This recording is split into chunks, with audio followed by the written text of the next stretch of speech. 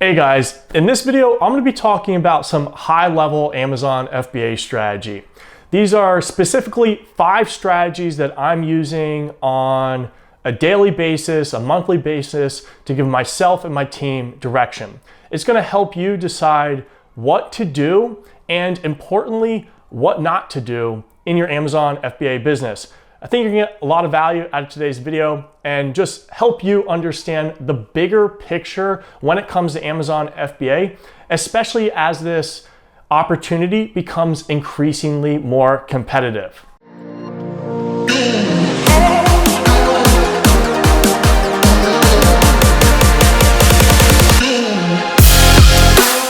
If you guys are new to this channel, my name's Lamar and I'm a 7-figure Amazon FBA seller. I'm here trying to help you guys succeed sustainably on Amazon FBA, primarily with your own private label products. Now, in this video, like I said, I'm going to be going through my top 5 strategies for succeeding for long-term growth on Amazon FBA. Now, before we jump into today's video though, I did want to mention that if you're looking for the nitty-gritty, if you're looking for kind of more complete blueprint to how to succeed on Amazon FBA, you're going to want to check out my course in the link below. However, this video is going to be high-level strategizing. It's going to be available for you to help you understand what to do, how to think about this opportunity, and importantly, like I said earlier, what not to do on Amazon FBA.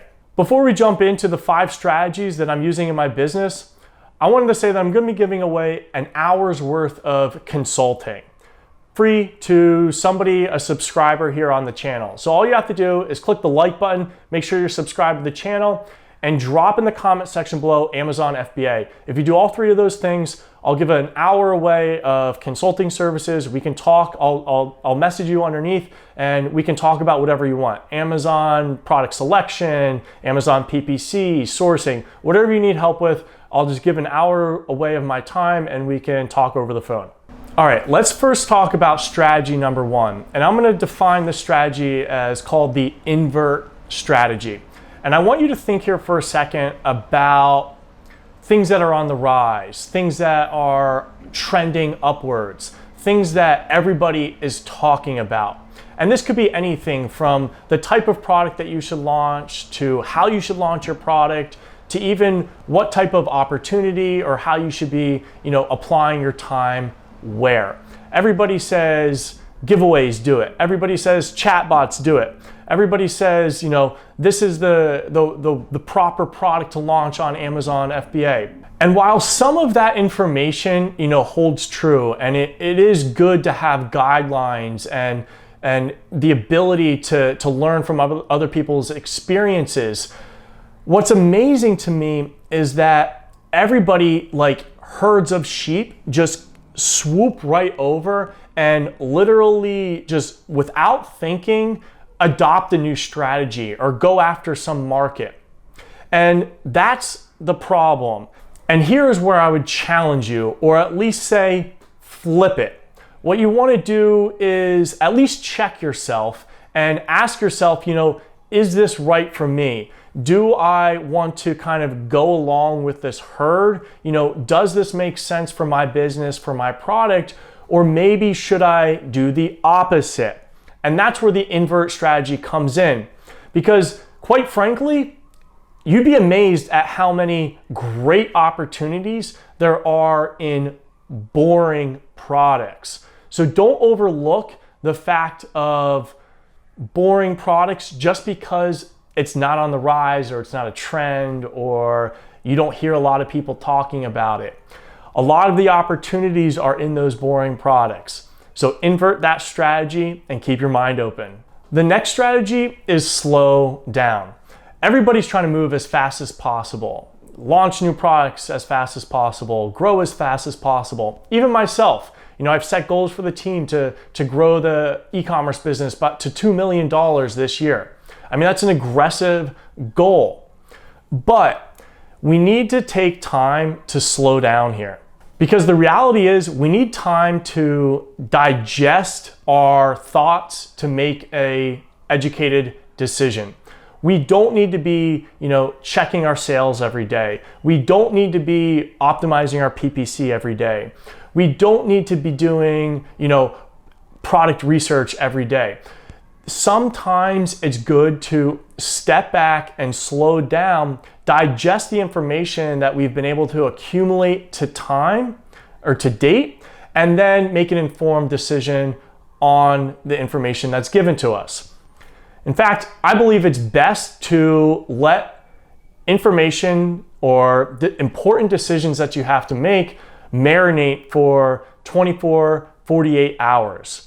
Whether that's negotiating with suppliers, or let's just say that you've encountered this massively huge problem. You have something completely blow up in your face.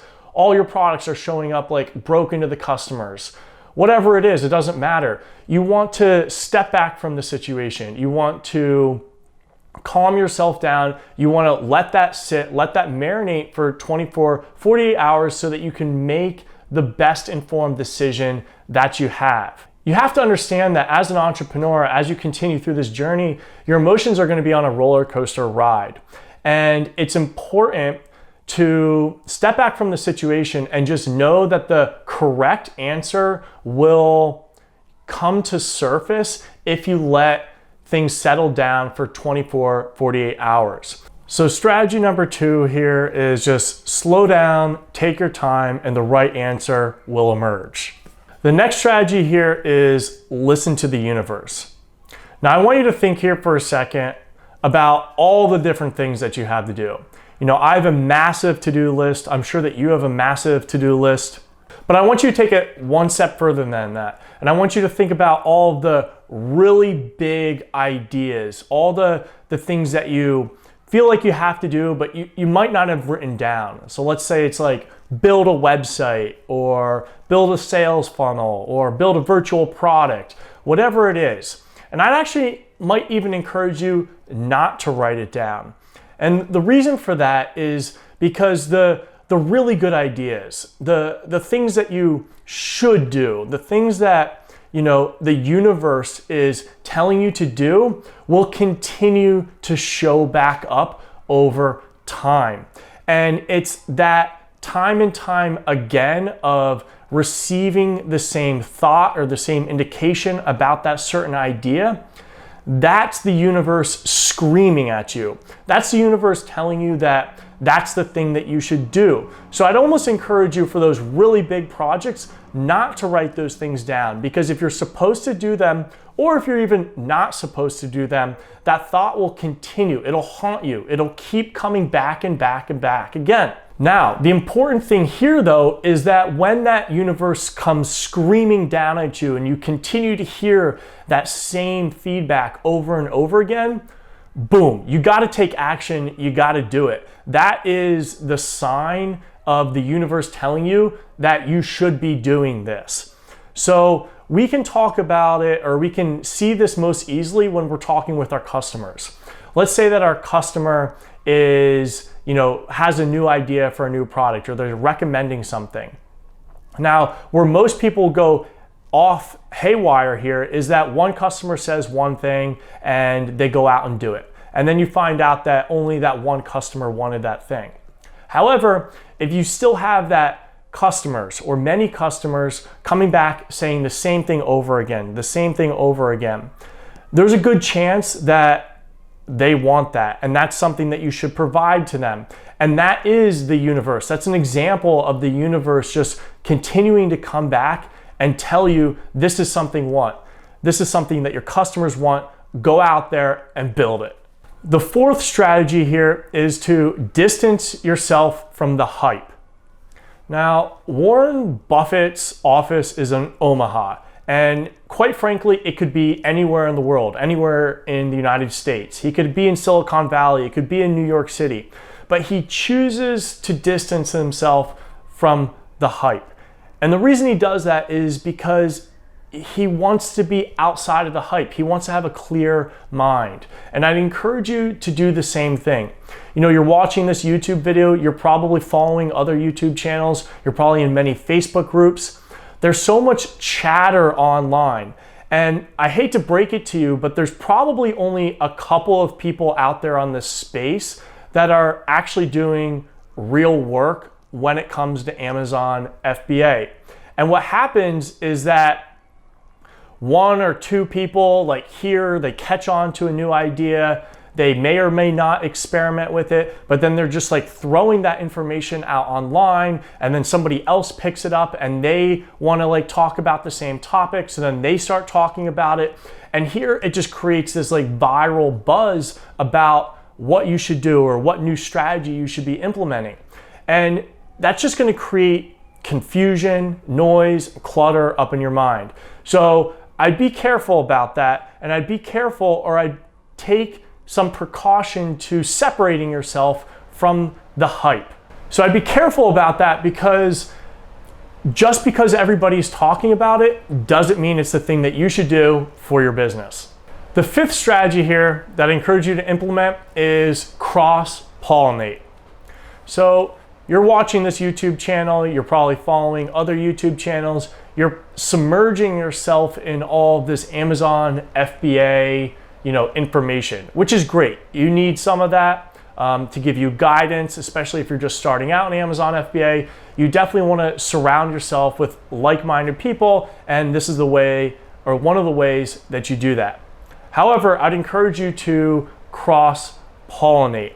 You need to have a diverse set of interests.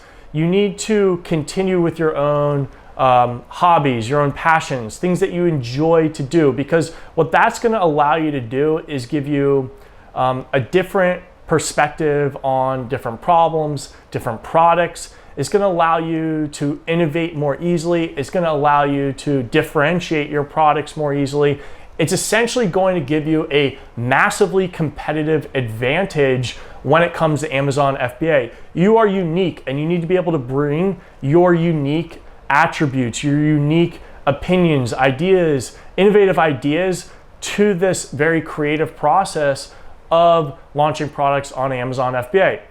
So for me personally, I like to go to CrossFit, I like to work out, I like to snowboard, I like to go on dates, I like to paintball, I like digital marketing, I like to spend time with my friends, I like to go out and experience new things, I like to travel. All of these things make me who I am, and that's what gives me the ability to differentiate my products. It's what allows me to be creative with this process that gives us an unfair competitive advantage when it comes to Amazon FBA. So it's important not to discount all the other things that you're doing in your life, and think about how to incorporate them or how to cross-pollinate them to make your business unique. So there you guys have it. Those are the 5 strategies that I'm implementing into my Amazon FBA business. I'd encourage you guys, if you're looking for a more detailed approach, more of a blueprint to gaining success on Amazon FBA, that you check out my course in the link below. But until next time, guys, have a great weekend, and I'll see you on the next video. Peace.